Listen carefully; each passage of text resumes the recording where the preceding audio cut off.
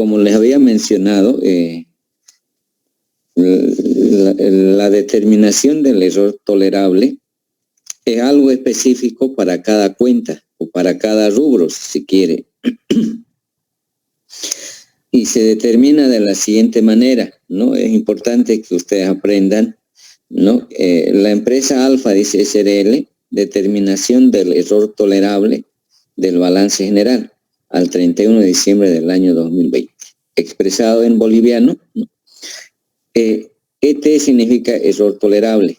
Es igual a nivel de precisión o nivel de materialidad multiplicado por el saldo de la cuenta dividido entre total activo o ingresos, el que fuese mayor. En realidad multiplicado por raíz cuadrada. No pude hacer el raíz cuadrada, ¿no? Raíz cuadrada del saldo de la cuenta dividido entre total activo o ingreso, el que fuese mayor. Entonces, en la anterior clase ya habíamos determinado nuestro error el nivel de precisión. ¿Nos recuerdan ustedes que el nivel de precisión es 38.915? ¿No? Entonces reemplazamos en la fórmula. Fíjense, el error tolerable es igual a nivel de precisión o nivel de materialidad multiplicado por raíz cuadrada del saldo de la cuenta dividido entre total activo o ingreso, el que fuese mayor. En este caso vamos a trabajar con total activo porque es mayor al total ingreso. Entonces, reemplazando tendríamos el error tolerable es igual a 38.915 multiplicado por raíz cuadrada de saldo de la cuenta. Por ejemplo, si queremos determinar para disponibilidades, ¿no? Si queremos determinar para disponibilidades sería 238.803 dividido entre 2.594.316, ¿no? Y sacamos a esa operación raíz cuadrada y multiplicamos por nivel de materialidad, que es 38.915. No sé si ustedes me pueden ayudar a determinar el saldo o el error tolerable. Nuevamente, ¿no? O sea, hay que dividir 238.803, que es el saldo de disponibilidades, entre total activo, que sería 2.594.316, ¿no? Hacen esa división, seguramente les va a dar 0,090, y sobre eso sacan el raíz cuadrada, ¿no? Y luego multiplican por nivel de materialidad o nivel de precisión, que es 38.915.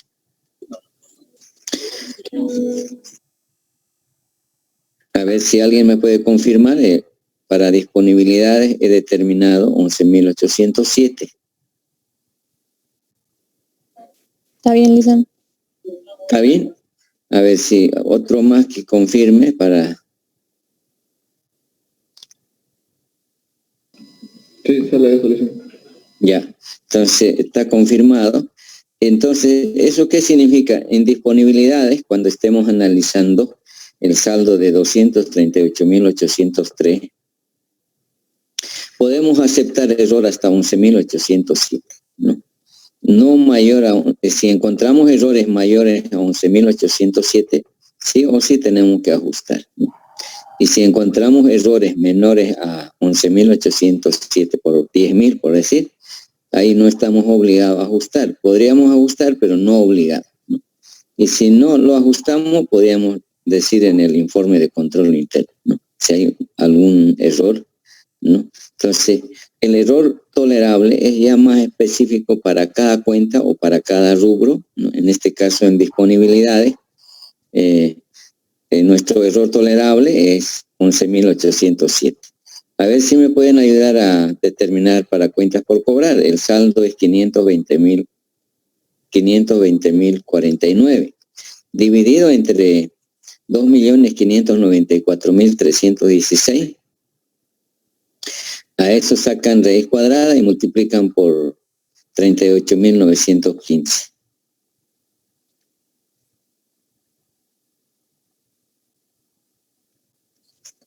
¿Cuánto sería nuestro error tolerable, ¿no?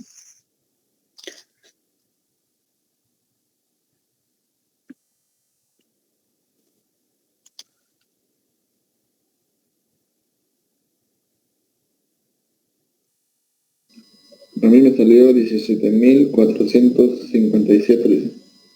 17.457. Sí. ¿Alguien puede confirmar? 17.457. A mí me sale 17.423.19. A ver, 17.000. 423.19. 17.423. 23. Y el anterior, ¿cuánto fue? 17.457. Exactamente. ¿Sí? ¿Alguien puede confirmar? Uno de los dos es correcto. Dicen 423 con 19. Sí, eso me ¿Cuánto? salió a mí igual. El Sí, 17.000. 423. Sí. 423 con 19. Entonces, 423 directamente. Entonces, 17.423. Ahora, para inventario, a ver, sí. Entonces, aquí al lado, donde dice boliviano, es el saldo de la cuenta. Y error tolerable, ustedes colocan al lado de cuentas por cobrar, 17.423. O sea, eso significa que cuando estemos analizando cuentas por cobrar, podemos aceptar errores solo hasta 17.423. A ver, veamos para inventario, ¿no? 1.091.620 dividido entre 2.594.316. Y a ese resultado sacamos raíz cuadrada y multiplicamos por 38.915. ¿Podrías repetirlo una vez más, Licen? Ya. Para determinar el error tolerable, lo que aplicamos es la fórmula, ¿no? La fórmula es error tolerable es igual a nivel de precisión o nivel de materialidad, ¿no? Multiplicado por raíz cuadrada del saldo de la cuenta dividido entre total activo o ingreso, el que fuese mayor. Entonces, reemplazando tendríamos que ya tenemos nivel de materialidad, que es 38.915. O sea, el error tolerable va a ser igual a 38.915 multiplicado por, hacemos la operación, dividimos, en este caso, para cuentas por cobrar, 520.049 dividido entre 2.594.316. A ese resultado sacamos raíz cuadrada y multiplicamos por nivel de precisión o nivel de materialidad.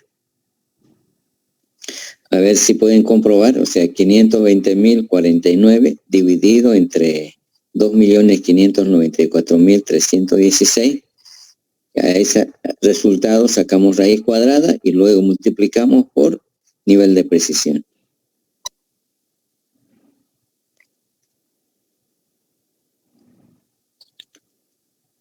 A ver, ¿cuánto le da? Tendría que ser 17.423. Sí, Licen, sale eso. Ya. Sí, Entonces, seguimos con inventario. Inventario tiene un saldo de 1.091.620. Dividimos entre total activo 2.594.316. A ese resultado sacamos raíz cuadrada y multiplicamos por nivel de precisión.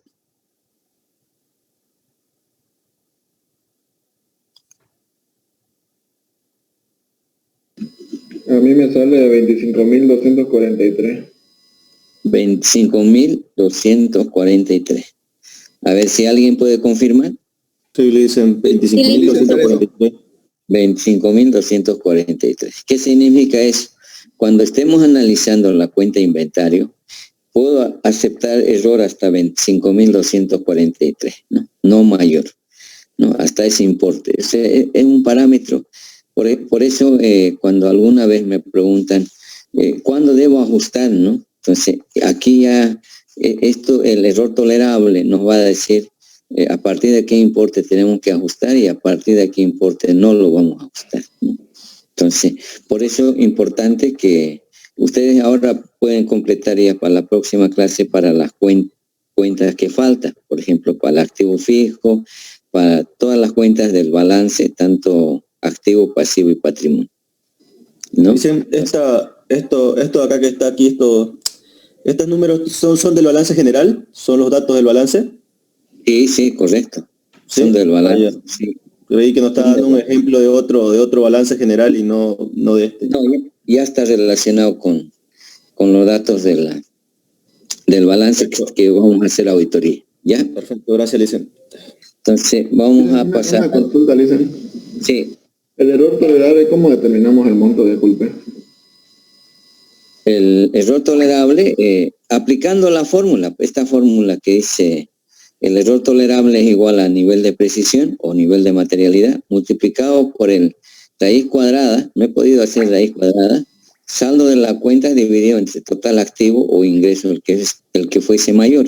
En este caso vamos a trabajar total activo. Entonces, para disponibilidades, por ejemplo, el saldo en el balance es 238.803. Ese saldo de la cuenta dividimos entre total activo, que sería 2.594.316. A ese resultado de la división sacamos raíz cuadrada y luego multiplicamos por nivel de precisión o nivel de materialidad, que es 38.915. Y nos tendría que dar 11.807. Creo que está redondeado, pero ustedes pueden comprobar para que...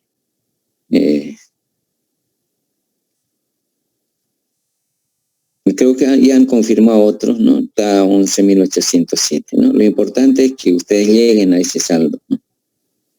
Ahora hay que interpretarlo, ¿no? O sea, aquí, por ejemplo, el saldo de disponibilidad es 238.803, que está en el balance también, el mismo importe. El error tolerable, ET, dice 11.807. Eso significa que cuando analicemos 238.803, ojo, ¿no? En este caso, por ejemplo, disponibilidad, esto quiero que ustedes entiendan. Disponibilidad, ¿qué significa? Que estos 238.803 bolivianos, dice, tenga ese carácter de disponibilidad inmediata para la empresa. De no ser así, tendríamos que ajustarlo, reclasificarlo, ¿no? Porque los auditores tenemos que certificar o testificar o testimoniar de que estos 238.803 es de libre disponibilidad para la empresa. Entonces, de no ser así, habría que reclasificar o ajustar, ¿no? Entonces, cuando analicemos, podemos tolerar error hasta 11.807, nuestro tope. Pero si hay un error mayor a 11.807, sí o sí tenemos que ajustar, ¿no? Modificar los estados financieros. Y eso significa, digamos, el error tolerable, ¿no? O sea, es un parámetro para ver a partir de qué importe lo vamos a ajustar, ¿no? Y no sé si ha quedado claro. O sea, ustedes para la próxima clase tendrán que completar todas las demás cuentas del balance que faltan, ¿no? Tanto activo, pasivo y patrimonio. Y veríamos el estado del resultado. Licen, disculpe una pregunta. No sé si podría darnos nuevamente el ejemplo de sacar el valor tolerable de ya sea inventario de ese dato para que nosotros podamos tener eso como... Ya. De inventario, para inventario, el saldo según el balance, si ustedes pueden comprobar, o sea, si lo tienen, el saldo de inventario es 1.091.620. Aquí lo tienen, el saldo de inventario. Eso tengo que dividir entre total activo, que son 2.594.316. Si ustedes se fijan en el balance, es 2.594.316 el total de los activos.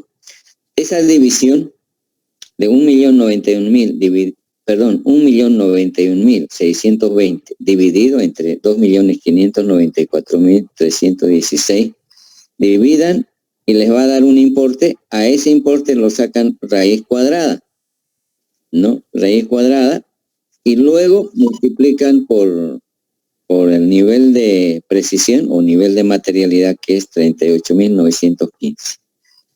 Y les tendría que dar 25.243, ¿no?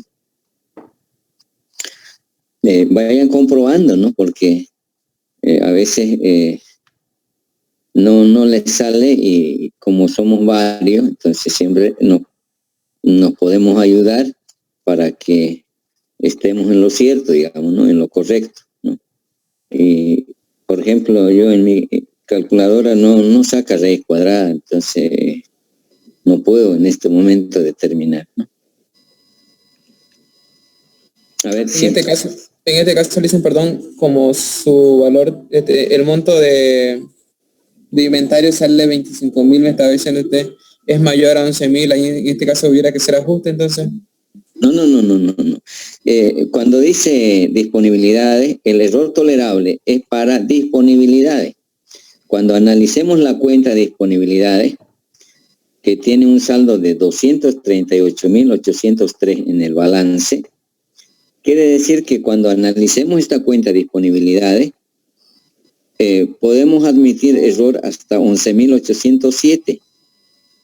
O sea, si encontramos errores mayores a 11.807, tendríamos que ajustar sí o sí.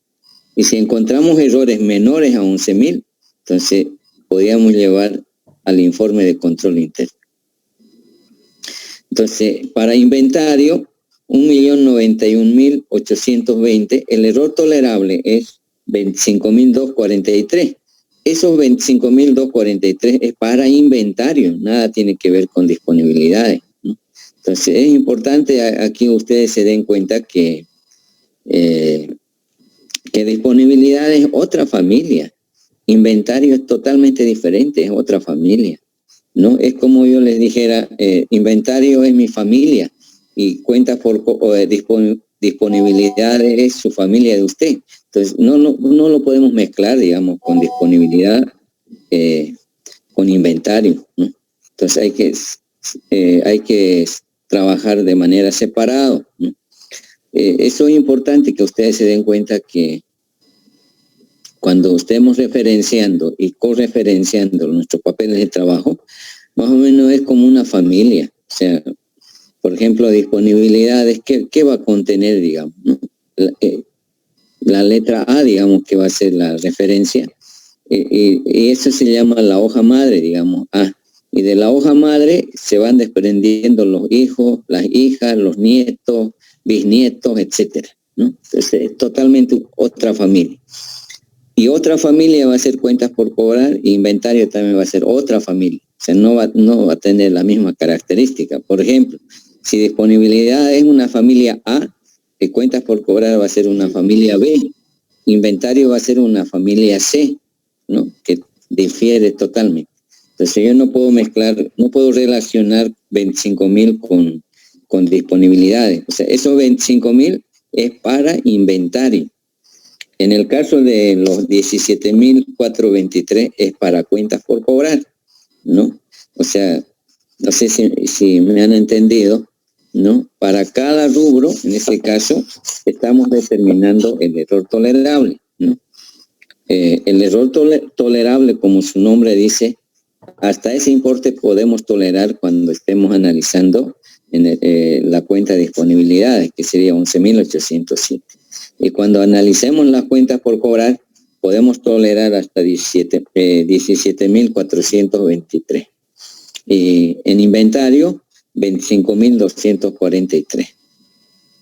¿No? Entonces, lo que yo quiero para la próxima clase, completen todas las cuentas que faltan, tanto los activos, pasivos y patrimonio, ¿no?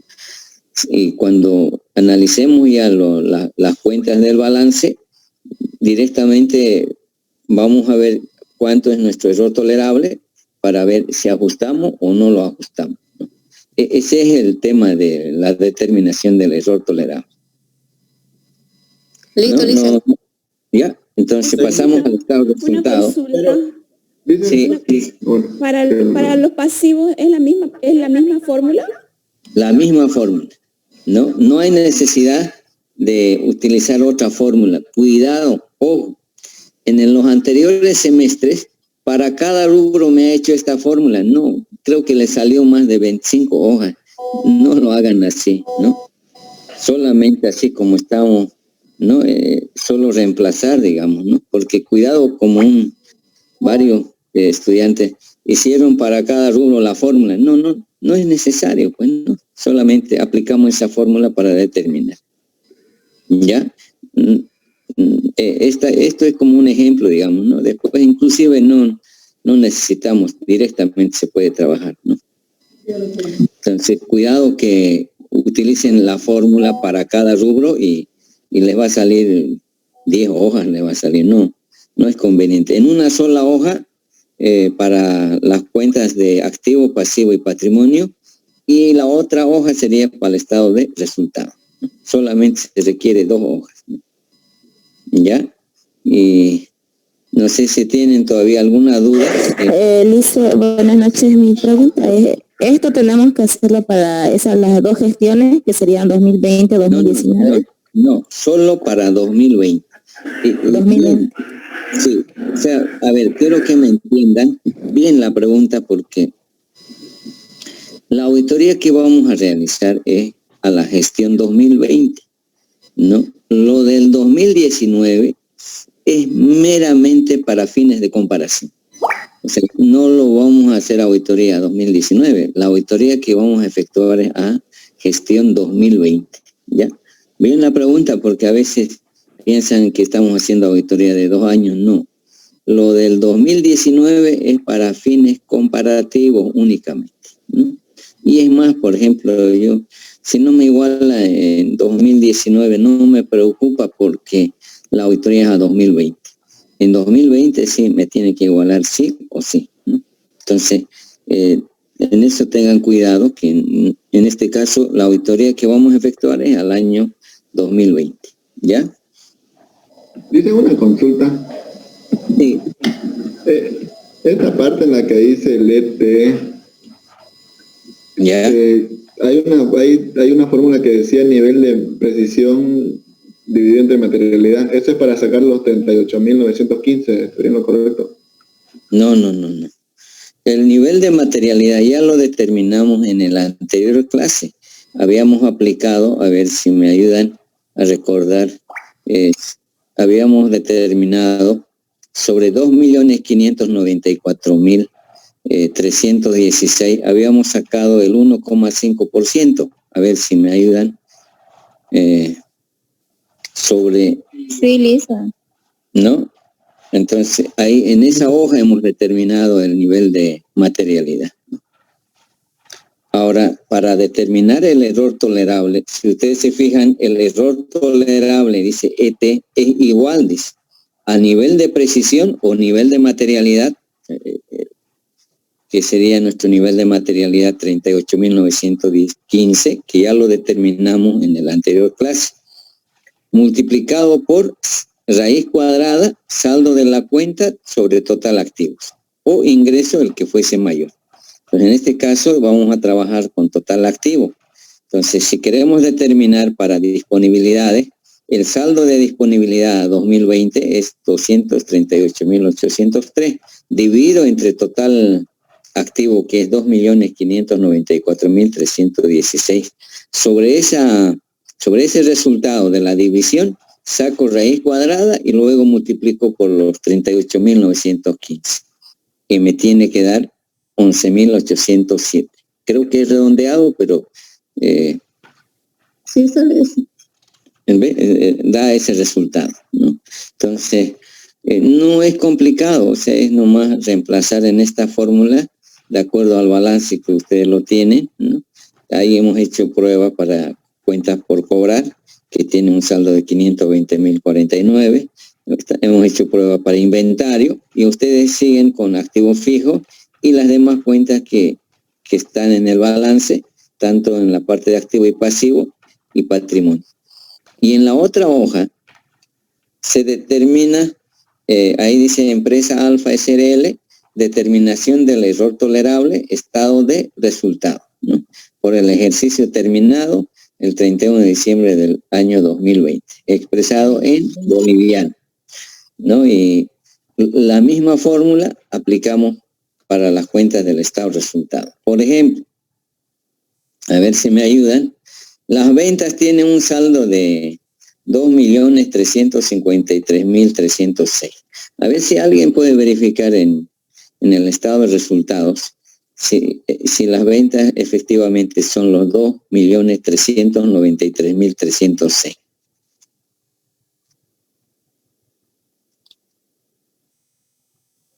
Sí, dicen eso, ¿eh? Ya, entonces dividimos entre total activo, que sería 2.594.316. Sobre ese resultado saco raíz cuadrada y multiplico por 38.915.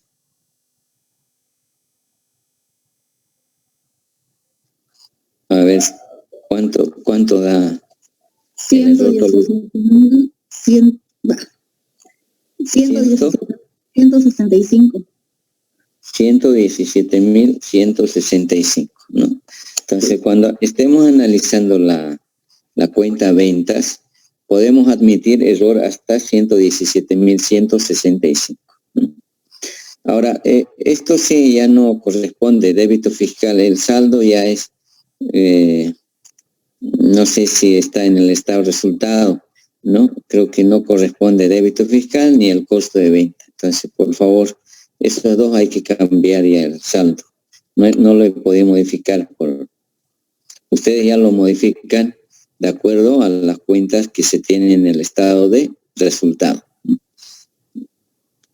Se van a fijar después de ventas, seguramente viene costo de venta, ¿no? Y las demás cuentas, ¿no? Entonces, para cada rubro hay que determinar el error tolerable, ¿no? En este caso, por ejemplo, para ventas es 117.165, ¿no? Eso significa que cuando analicemos la cuenta ventas, puedo admitir o puedo tolerar error hasta 117.165, ¿no? Y si hay errores mayores a 117.165, sí o sí tengo que ajustar. Y si el cliente se niega a ajustar, puedo llevar al dictamen, ¿no? O también quiero decirles que los auditores no modificamos.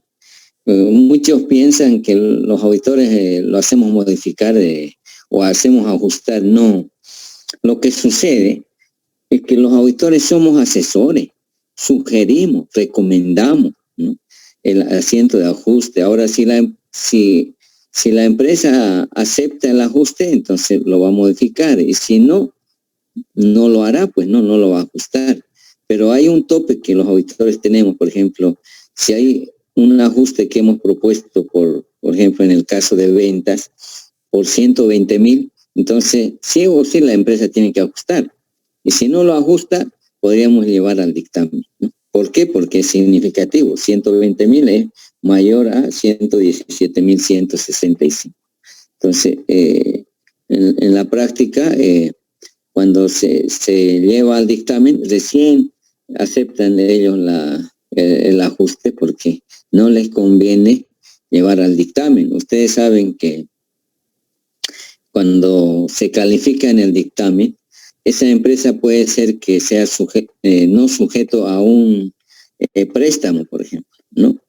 Y si Impuestos Nacionales va a leer el dictamen y que es con salvedad, seguramente Impuestos va a programar realizar una auditoría a esa empresa. Entonces, hay ciertos efectos que puede causar a la empresa el hecho de que el dictamen sea con salvedad, por decir, ¿no? Entonces, en eso el empresario sabe que no le conviene tener un dictamen con salvedad, sino un dictamen en limpio o sin salvedad. Recién ellos lo toman en serio cuando se llevan el dictamen, ¿no? ¿Por qué? Porque eso puede tener consecuencias, como les decía, no sujeto a financiamiento, o sujeto a una auditoría o fiscalización de impuestos nacionales, etcétera. Entonces, en eso el empresario cuida, digamos, y no le queda otro que modificar su estado financiero con los ajustes que hemos sugerido los auditores. Ojo, ¿no? Los auditores sugerimos, recomendamos, no podemos obligarle. Y también quiero decirles que, repasando la literatura de lo que es auditoría, normalmente hay una recomendación que me llamó la atención, que los auditores no podemos entrar en contención o discutir con el contador o con el gerente o peor con un funcionario de la entidad, ¿no? No podemos entrar, ¿no? Y por más razón que tengamos, no es conveniente. O sea, no sé si ustedes han escuchado, por ejemplo, el cliente siempre va a tener razón, ¿no? Entonces, en eso no es conveniente entrar en contención, ¿no? O querer discutir diferencias de auditoría, ¿no? Y eso ustedes lo van a ver cuando ya ejerzan en la profesión. Yo nunca les digo que su balance no iguala al contador, porque sé que el contador va a reaccionar de diferente manera. No les gusta que les digan o que le digamos los auditores que no iguala su balance. No les gusta. Entonces, en eso hay que nomás ser prudente. Yo normalmente cuando encuentro un error, lo que le digo es que estuve analizando la cuenta de disponibilidades y anoche no pude llegar. No sé si me puede ayudar usted, le digo al contador, ¿no? Le digo y el contador lo revisa y él mismo se da cuenta que hay diferencia, ¿no? Y me dice, sí, licenciado, vamos a ajustarlo. O sea, sin necesidad que le diga que no iguala, porque ahora no en todas las empresas, pues, ¿no? El contador o el auditor toma esa actitud. También yo no puedo generalizar en todas las empresas, pero en una gran mayoría los contadores se enojan, ¿no? Cuando le decimos no iguala el balance, ¿no? Entonces, en eso hay que tener cuidado, sobre todo ser prudente, ¿no? Y en eso es lo que en la norma, sí, en las normas de auditoría, donde dice específicamente que el auditor no puede entrar en contención o querer discutir con el funcionario, menos con los ejecutivos, ¿no? ¿Por qué? Ustedes se preguntarán, ellos son los que nos pagan, ¿no? Entonces, si voy a entrar a contención, querer discutir con ellos, el siguiente año no me van a dar el trabajo de auditoría, ¿no? Entonces, todo eso hay que considerar, ¿no? Porque al final, la auditoría, ¿qué es? ¿No? Es mejorar, digamos, la confiabilidad o la credibilidad de los estados financieros, ¿no? Y a eso hay que apuntalar, ya que no podemos querer demostrar que somos infalibles, no, de ninguna manera, ¿no? Por esa razón que yo les digo, por ejemplo, tantos años que hago auditoría, cuando yo voy a las empresas, entro como a mi casa, pero siempre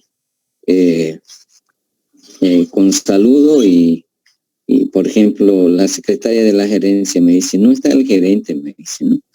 Bien, vamos a esperar. Media hora seguimos esperando, ¿no? Y llama el gerente y le instruye a la secretaria que nos acomode en el directorio. Y le decimos, señora, ¿será que por favor vamos a esperar que llegue? ¿No?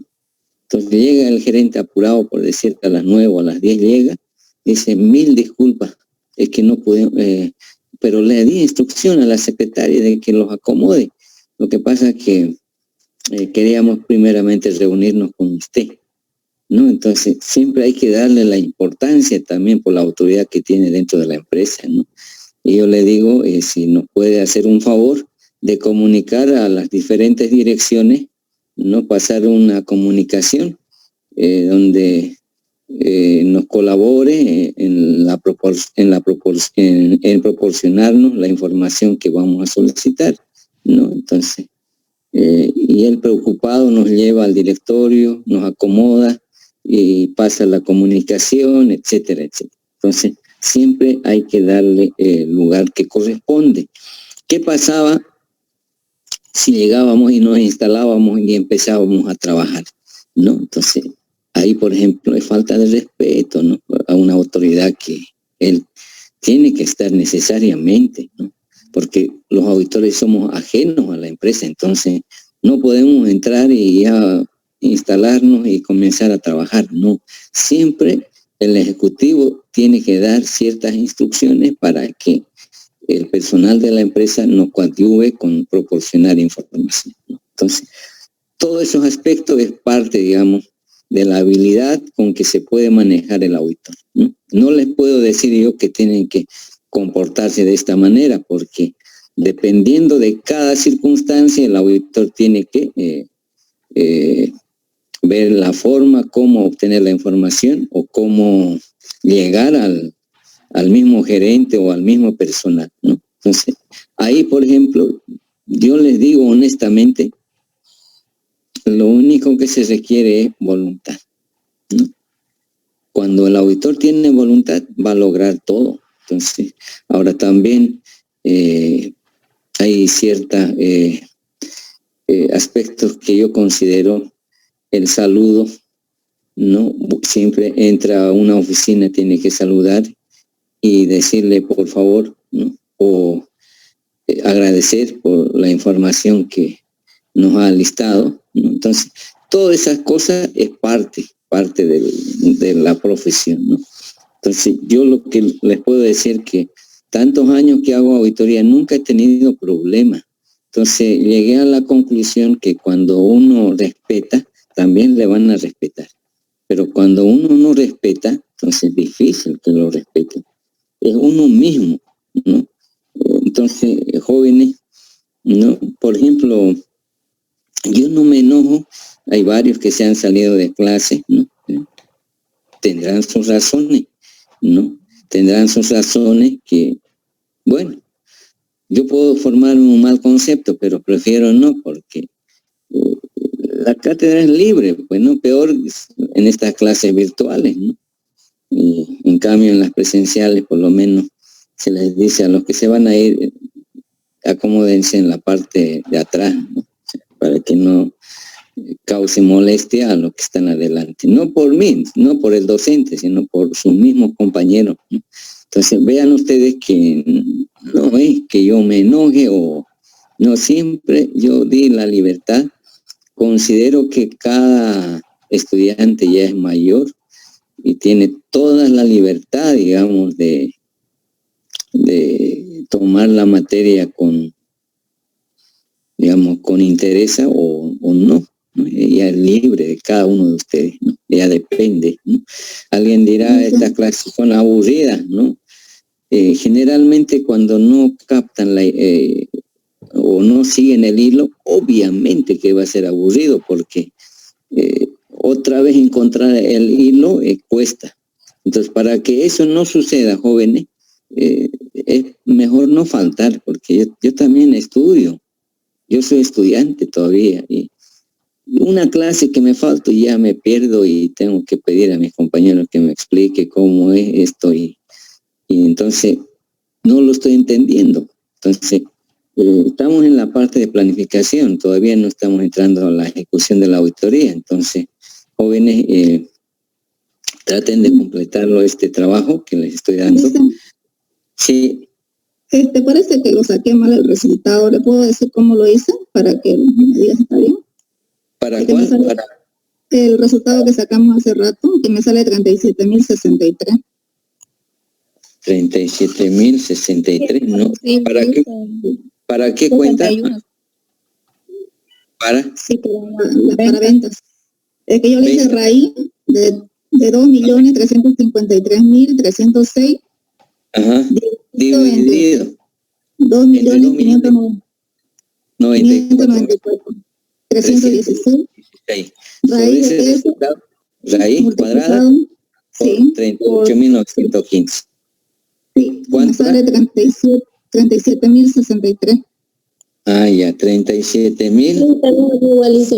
Era para que no se confundan. Bueno, alguien puede confirmar, ¿no ve? A mí también me sale así, Lisa. 37.063, ¿no? No 117.000, ¿no? Entonces, 37.063 es para ventas, ¿no? Bien, con esa aclaración, ¿no? Por eso es importante que ustedes vayan siguiendo y así van a ir aprendiendo también, porque si yo lo hago todo, va a ser difícil que ustedes aprendan. uno aprende haciendo, ¿no? Entonces, por eso yo quiero que ustedes lo hagan. Por ejemplo, en el primer parcial yo les puedo dar los datos y ustedes determinen el error tolerable. Obviamente que no va a ser para todo el balance, sino para las cuentas determinadas. Entonces, es bueno que aprendan ustedes a determinar el error tolerable como el nivel de materialidad.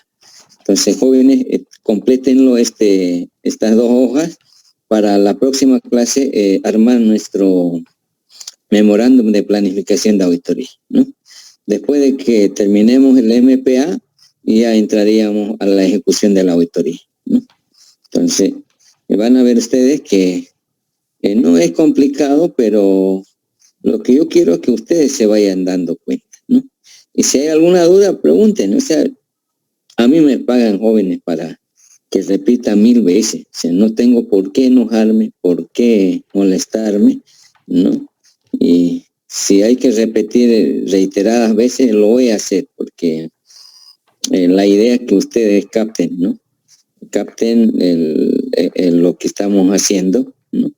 Y con eso se van a defender cuando ustedes vayan a trabajar, ¿no? Porque les digo, esto no es del libro, pues jóvenes, no hay en libro. O sea, yo un poco quiero ahí, alguien decía, si alguien tiene un libro completo de auditoría 2, no hay pues un libro.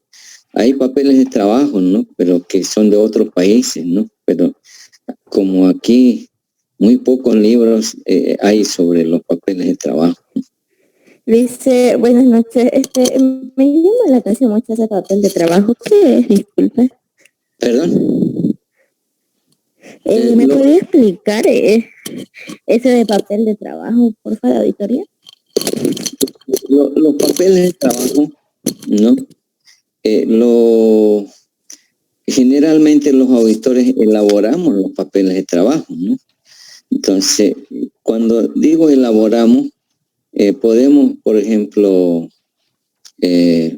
obtener información de la empresa y sobre esa información aplicamos procedimientos de auditoría. Entonces, eso se convierte en papel de trabajo. O cuando realizamos ciertos procedimientos, digamos, ¿no?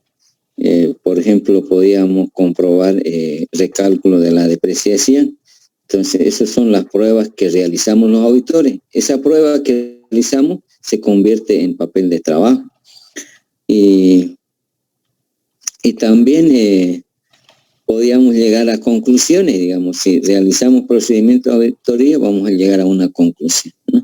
Entonces, los papeles de trabajo es nuestro respaldo como evidencia de que se hizo la auditoría, ¿no?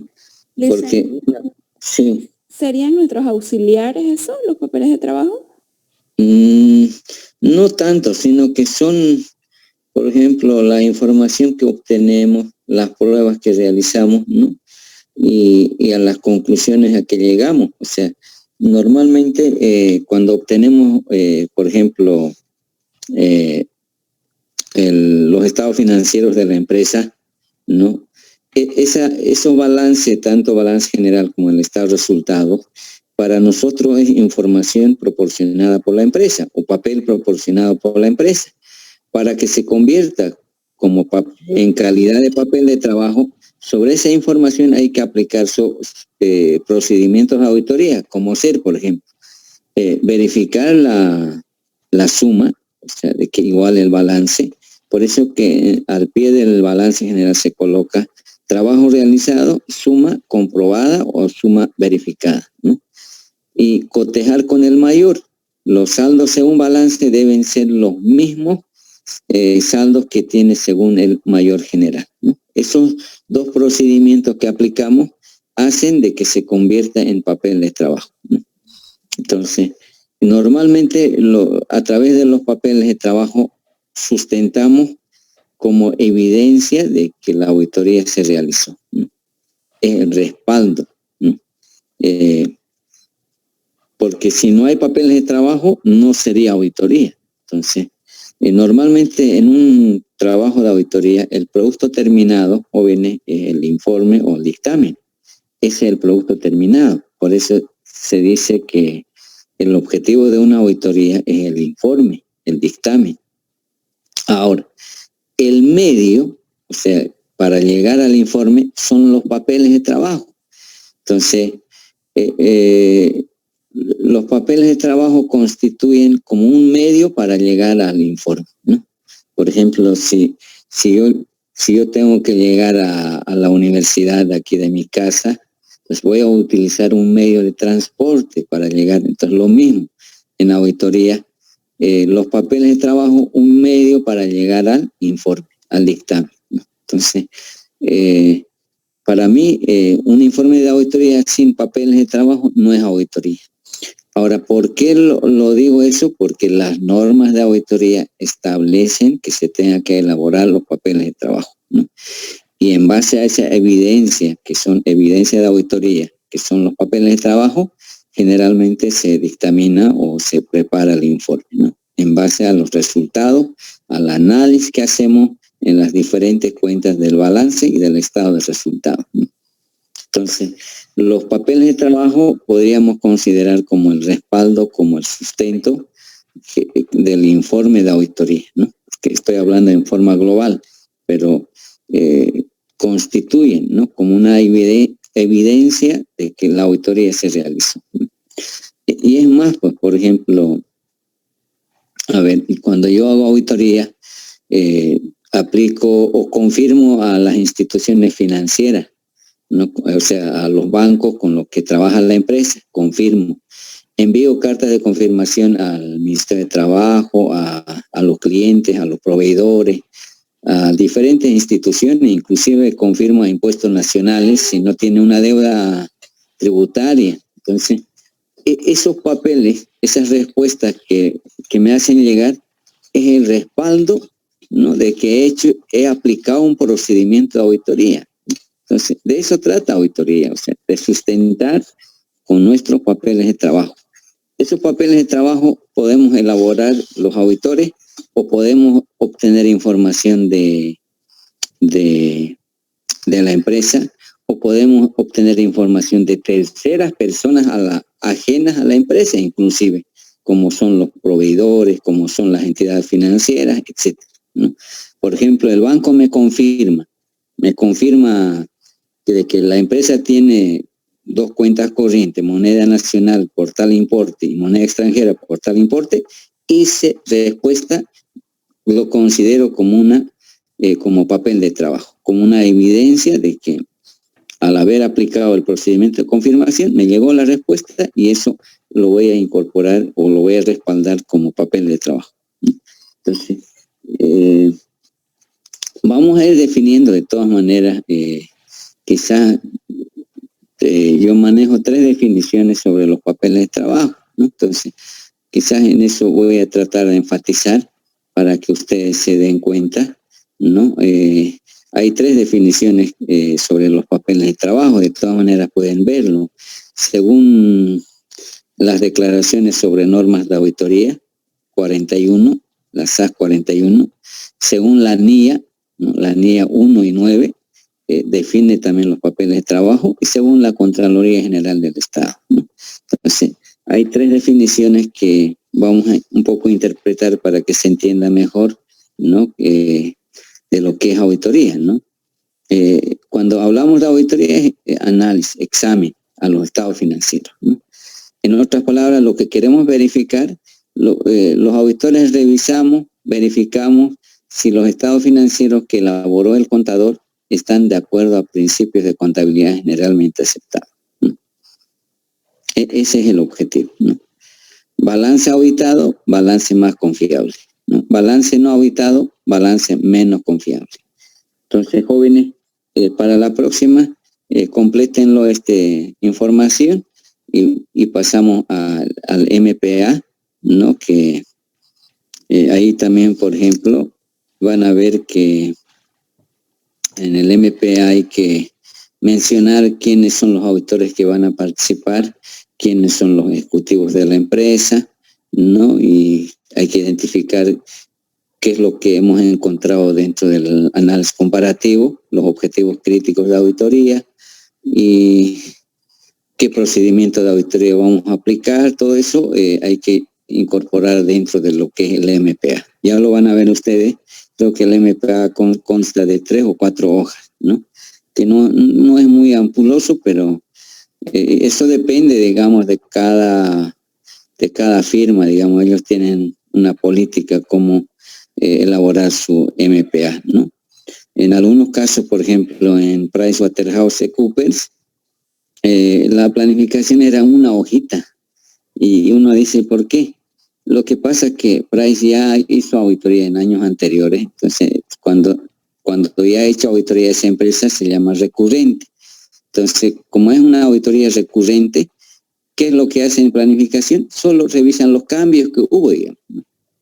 Y si no hay cambio, prácticamente se mantiene la planificación del año anterior, ¿no? Entonces, a veces cuando no hay cambios, se mantiene nomás la planificación de la anterior auditoría, ¿no?